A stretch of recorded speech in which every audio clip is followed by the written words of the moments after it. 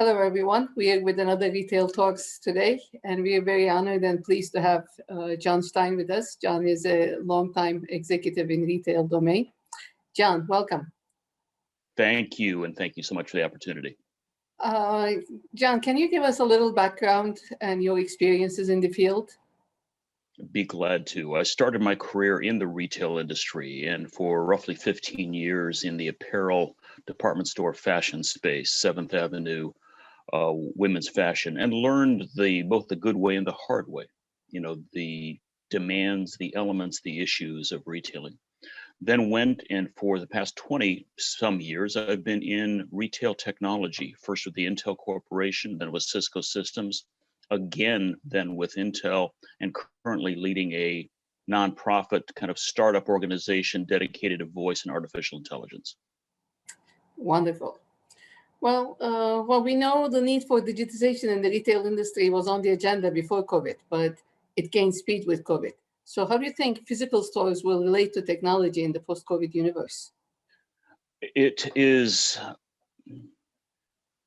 The answer is both simple and complex. The simple answer is they must. Because COVID, if we read the research reports and listen to consultants such as McKinsey, we can see that digitalization of retail has been advanced, say, 3 to 5 years in the span of 12 to 15 months. And we can no longer, certainly before COVID, we could not think of separate channels. That is out of date. That's old-fashioned thinking. It simply is not the reality of consumer behavior. And what we must be thinking about, and what COVID has forced us to be thinking about, and I know that you and all of the listeners here know this, is the store is simply a fulfillment point. The store is a node on a retail experience, a retail fulfillment network, a node in the network. All business is digital. The store is a part of that digital business. We can't separate it out. And so that is making demands, as you know, in changes in business process and digital demands upon the store that weren't there 10 years ago. Well, you mentioned about McKinsey's report, and a recent report published in May 2020 said the use of BOPIS grew 28% year on year in February. And probably with COVID, it increased even further. I know you're heavily involved in research related to BOPIS, buy online, pick up in store, and the like. Are there any potential complexities retailers and CPG brands experience from BOPIS? It's a huge set of issues in BOPIS, as we all know, and certainly as we are learning about. One of the key things for retail, the basics of retail, is do you have the products that your customers want? Do you have the confidence to promise? Now, if you're you're running a retail store in that channel only, what you have in the back stock, what you have on shelf, and with some safety stock, you know generally what you have to promise and what and you have processes there to set up and to fulfill the shelves, keep the shelves stocked, and keep the business going. These are long-time practices. These are things were set up, more than 100 years ago. But in buy online, pick up in store, everything changes, because for this key reason is that your confidence to promise and even your physical inventory, let alone your book inventory, there's now a big difference, because you need to be able to promise based upon what your in-store pickers can pick up. But other products may be, in a shelf or a cart or in some consumer's hand somewhere else in the store. Your ability to promise becomes a much more narrow, a much more finite reality. And you must have visibility, not just to your physical inventory, which is the combination of shelf, backstock, and the like, and certainly more than your book inventory. You must have visibility to your shelf inventory. That's a much more precise measurement than ever before. That's the critical factor to make BOPUS work, or to make BOPUS work without investing in so much safety stock that your shelves are bulging just because you don't want to be out of stock. So this is a huge change. And yet, we think, oh, well, we'll just have people pick from the shelf and it'll work out. No, it doesn't work out, because that shopper buying online expects, if you promise, yes, we have it, you need to fulfill, because if you don't, he or she will go someplace else. Exactly. Well, one other thing is that the use of mobile has increased in shopping. And of course, that allows for the increasingly blended shopping world where the gap between physical and online stores have blurred. How do you think grocery retail will be affected from this situation where smart devices have created and the consumers can buy from anywhere, anytime? Will shoppers continue to buy online, pick up in store, or will they continue to go digital after COVID? What do you think? One of the big questions is what happens when the masks come off, to your very good question. After when COVID is over, whenever, and it's kind of getting over throughout the Western world, what's going to happen? Well, Coresight Retail, which is a great research firm led by Deborah Weinswig, they came out with I think, a very important study, which said it may slow down. The increase in buy online, pick up in store, and digital shopping, the increase will slow down, but the increase will continue. And people might say in the industry, well, wait a minute, people can go back in the stores. That's not the issue. The issue was we have a whole now generation, a cohort of shoppers, a 1/5 to 1/4 of shoppers who are now discovering how easy it is to shop digitally. Instead of spending an hour in the store, I can spend 15 minutes while I'm doing something else, or spend 15 minutes from home. For a shopper's perspective, it's easier, it's more convenient. My grandmother would say, well, I don't want anyone shopping for me because I want to pick my own vegetables. Well, after a while, one tomato is as good as another, right? One melon is as good as another. And I know my grandmother would have wanted to pick, her tomatoes, but, sometimes she sent her husband to the store and he came home with tomatoes and I'm sure they tasted just fine. The same thing we're learning, that we can trust not only for packaged goods, but also for fresh.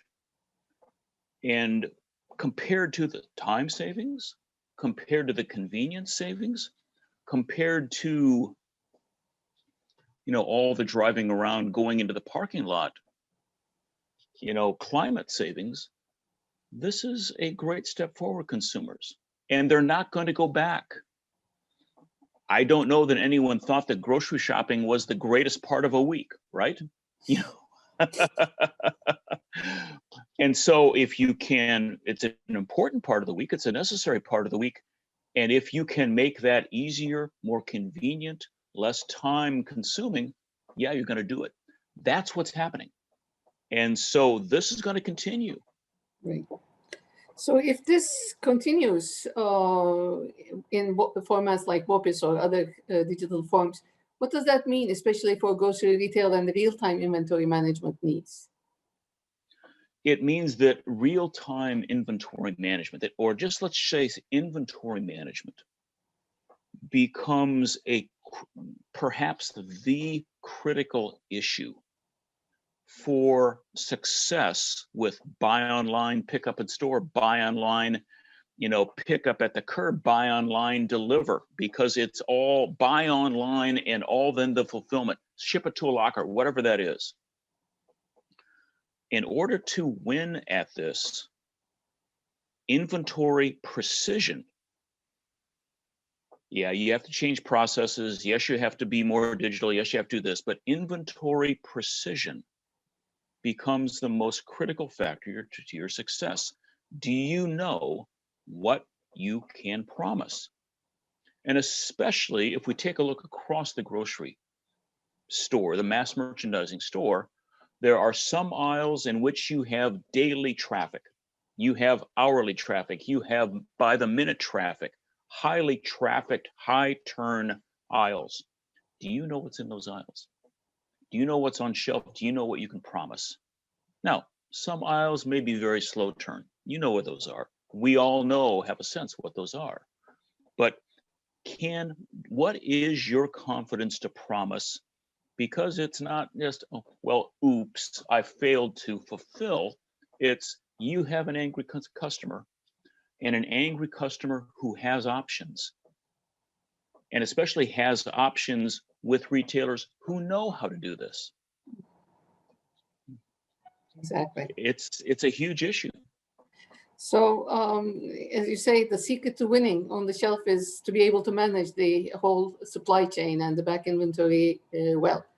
Well, however, as you said, in some specific categories, the movements of products can be very fast and unpredictable. In this case, of course, out of shelf and share of shelf data may become invalid at once. And weakness in the replenishment processes adversely affect both CPGs and retailers because, as statistics show, 1/5 of the customers buy another brand if they don't find what they're looking for, and about 1/3 of them go to a different store if they don't find what they're looking for. So it's a problem both for CPGs and the retailers. And Without it's question. a loss of sales opportunity. So how about CPGs? What can CPGs do or retailers do to prevent this out of stock? I think an important thing for CPGs is to challenge their retailers because, as we know, there's always the negotiation. There's always the conversations going on between executives.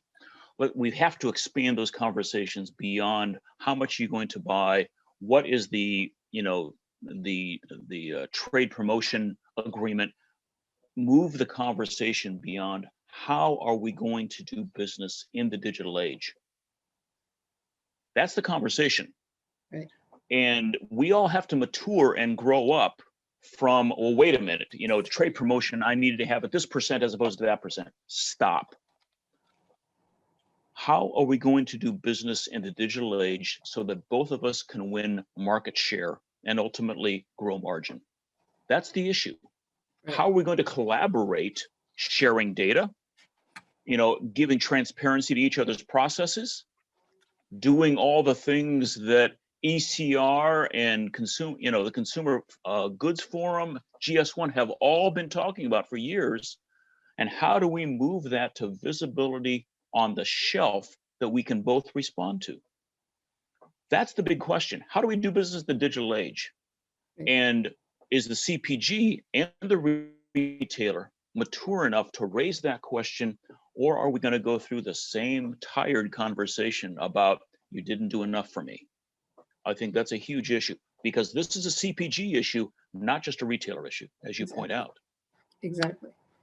Well, years ago, the way to learn about shoppers and gather data was, interviewing shoppers. But now that the shoppers are going more digitally, they leave more footprints and data. And how should this data be used in real time, and what can be done with this data for physical stores? Retailers have always been able to answer the question, what did they buy? Because just, point of sale data, the T-log tells us this is what they bought. But the big unanswered question for retail through the generations has been, why did they not buy? Why did they walk away? Why did sales in one category begin to drop and sales in another category flatline? Why did they not buy? There are a number of tools that retailers can be using. Video and just computer learning of video from video clips is one of them. Did she reach for the product and then pull away? Did she stand there looking for a product and couldn't see it? Now, all this data needs to be anonymized, but we have technologies to do that. We have ways to protect consumers and be in complete compliance with GDPR. That's not the issue. The issue is, can we use data, and especially coming from consumer behavior data, be it video, be it voice, be it a combination thereof, to begin asking questions we never could ask before. And again, one of those key ones, why did they not buy? Huge issue. If you learn that, that's a $1 billion question, not $1 million question, $1 billion question. And with the AI technology and computer vision technology, these things are becoming a reality right now. So what do you think about the role of AI technology and the analytic capability in grocery retail, the future of those technologies? If you are in grocery, and I would say if you are, apart from the Kerala stores in India and the small markets in China, if you are in grocery and not investing in some level of AI understanding, some level of AI implementation, some level of AI use, ranging anywhere from inventory management to understanding behavior. The world is going to be driven, and the world is going to be won, especially in retailing, by those who use these tools. Think of what, and I'm going to talk now to retailers in the States.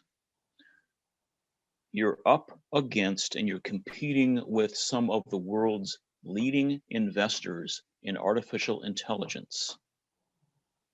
You're competing against huge investments in artificial intelligence. You have to compete. In Europe, you're up against, you have to compete throughout, Central Europe, moving east. You must compete. Retailing and all digital life is one of artificial intelligence and machine learning. You don't have a choice. Or I guess your choice is to go out of business, or your choice is to be so small that you're only selling to your friends and family. And if that's what you want to do, God bless you, that's great. Otherwise, the digital world is a world of artificial intelligence. Well, Jon, it has been a great pleasure to talk to you as always. And Pleasure's mine. It's great to see you. Very good answers to very important questions in retail. So thank you again for being with us today. My pleasure. Best wishes. Thank you so much. Thank you, Jon.